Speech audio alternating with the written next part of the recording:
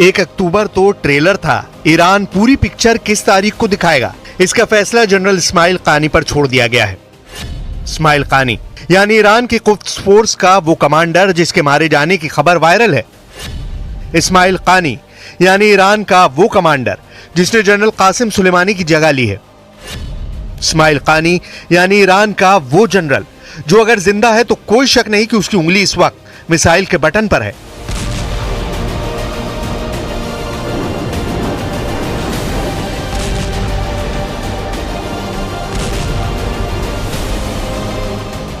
चार अक्टूबर को तेहरान में जुमे की नमाज पढ़ाकर ईरान के सुप्रीम कमांडर अली खामेनेई ने बताया था कि इजराइल की उल्टी गिनती शुरू हो गई है, लेकिन इस दौरान ना तो कुद्स फोर्स के कमांडर जनरल कानी को देखा गया और ना ही इसके बाद कोई खबर आई। जब जनरल इस्माइल कानी को 27 सितंबर के बाद से नहीं देखा गया तो अफवाहें खबरों में तब्दील हो गई।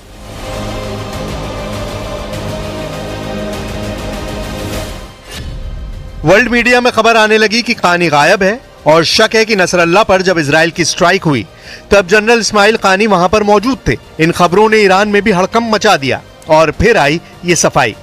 तेहरान में हुई कॉन्फ्रेंस में जनरल कानी को आना था, लेकिन फिर वहां के होस्ट ने ये जवाब दिया।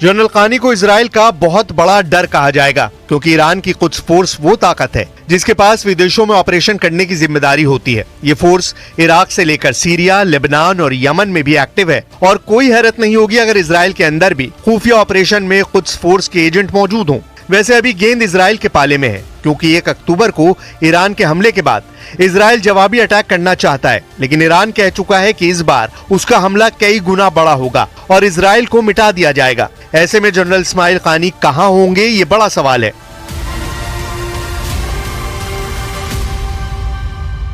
कुद्स फोर्स के डिप्टी कमांडर ने दावा किया है कि इस्माइल कानी को लेकर अफवाह फैलाई जा रही है।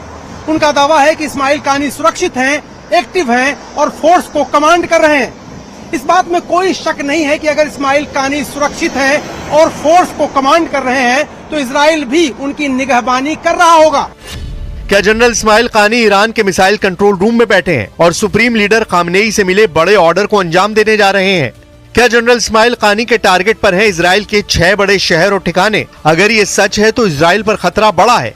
ईरान के टारगेट पर तेल अवीव है, यानी इजराइल की राजधानी और सबसे बड़ा शहर, हाइफा यानी इजराइल का सबसे बड़ा पोर्ट और आर्थिक राजधानी, नेवतिम जहां इजराइल का सबसे बड़ा और खुफिया एयरबेस है, दिमोना यहां है इजराइल का परमाणु रिएक्टर और बाकी शहर हैं अशदोद और एश्केलॉन।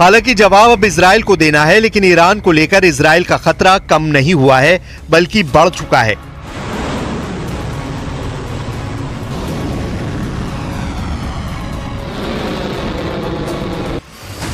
ये इजराइल के अखबार हारेत्स की खबर है।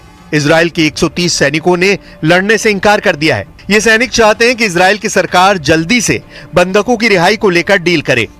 बेंजामिन नेतन्याहू एक बार नहीं कई बार कह चुके हैं कि वो एक साथ 7 फ्रंट पर युद्ध लड़ रहे हैं, लेकिन एक ऐसा मोर्चा भी है जो नेतन्याहू के लिए मुश्किल का सबब बन सकता है। इजराइल की मीडिया में ऐसी खबरें छपी हैं जो नेतन्याहू को परेशान ही नहीं काफी परेशान कर सकती हैं। जब इजराइल का ग्राउंड ऑपरेशन गजा के बाद लेबनान में भी शुरू हो चुका है, तब 130 सैनिकों की ऐसी डिमांड नेतन्याहू के लिए बड़ी मुसीबत शुरू कर सकती है। क्या ये इजराइल की सेना में बगावत कही जाएगी? लेबनान में मौजूद ये इजरायली सैनिक बहुत ज्यादा दबाव में है, क्योंकि लेबनान की मीडिया ने दावा किया है कि हिजबुल्लाह ने इजराइल के कम से कम 25 सैनिकों को मार डाला है, जबकि सैकड़ों घायल हैं। यही वजह है कि अब नेतन्याहू ने एक डिवीजन फोर्स यानी कम से कम 10,000 सैनिकों को दक्षिणी लेबनान के मोर्चे पर भेज दिया है। ऑपरेशन दिन रात जारी है। ऐसे में जब 130 सैनिक लड़ने से मना कर रहे हैं, तब इजराइल की सेना के अंदर क्या चल रहा है, इसका अंदाजा लगाया जा सकता है।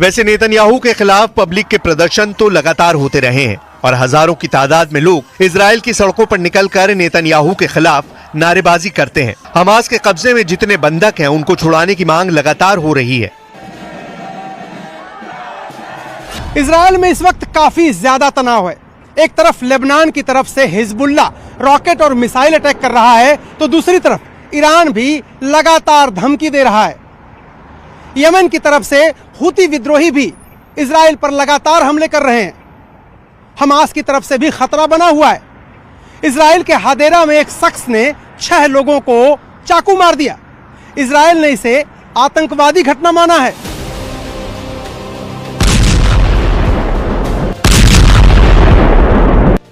हादेरा में इस हमले ने पूरे इजराइल को हिलाकर रख दिया है। हमलावर भी मारा गया, लेकिन 1 अक्टूबर को तेल अवीव में भी ऐसा ही हमला हुआ था, जब 2 बंदूकधारियों ने इजराइल की राजधानी में गोलियां बरसानी शुरू कर दी थीं। इस हमले में 7 लोगों की मौत हुई थी, जबकि 9 घायल हुए थे। ऐसे हमलों और हिजबुल्लाह के रॉकेट अटैक के बीच इजराइल पर बड़ा खतरा ईरान की तरफ से है, और इसमें सबसे बड़ी भूमिका जनरल इस्माइल कानी की हो सकती है।